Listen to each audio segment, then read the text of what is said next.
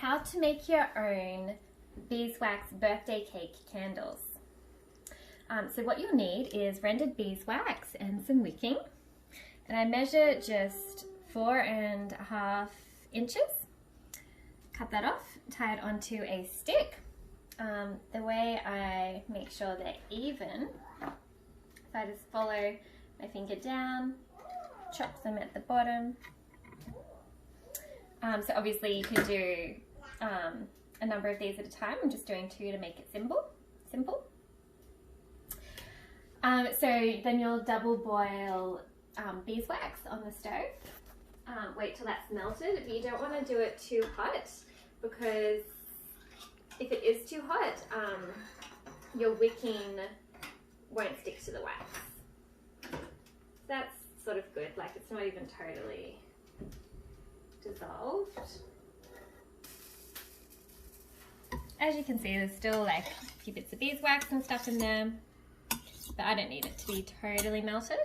So here we go. I'll dip the first one in, give them a little bit of help.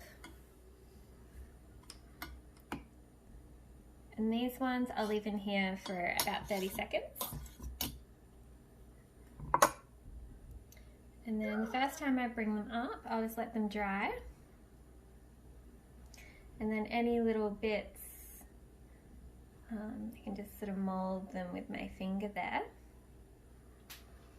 And then in next dips you can just do in out, but the trick with this is that you really let them dry in between dips, or they're not going to get, it's going to take a long time for them to get thick.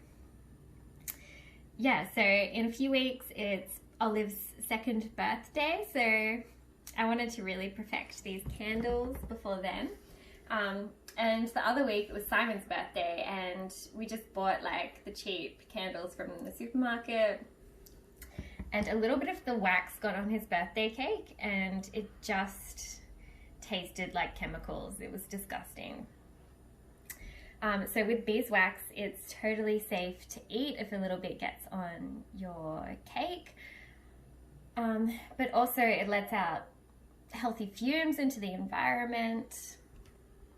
So yeah, like this beeswax here is rendered from the bees that we have, and all of the colonies that Save the Bees Australia has are from rescued bees, so swarms, and when they've moved into compost bins, instead of them getting exterminated, we'll go and we'll cut them out or we'll collect them.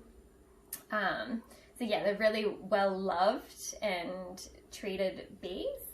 So we don't produce a lot of beeswax, just a little bit, but I do have these beautiful moon 50-gram pieces on my website. They're only $6 for that amount. And then the candles themselves are on there for $1, but they're also really simple to make yourself. So that's nearly the thickness that I want. I think I'll do one more dip. Beautiful. And yeah, what I also like about these is they're a little bit quirky, like each one's individual, they're not totally perfect, but they have character, and I think they're really beautiful. So there we go, and they do dry really quickly too. So I'll just cut off that knot at the top. You still want to leave a little bit of room so you can light it.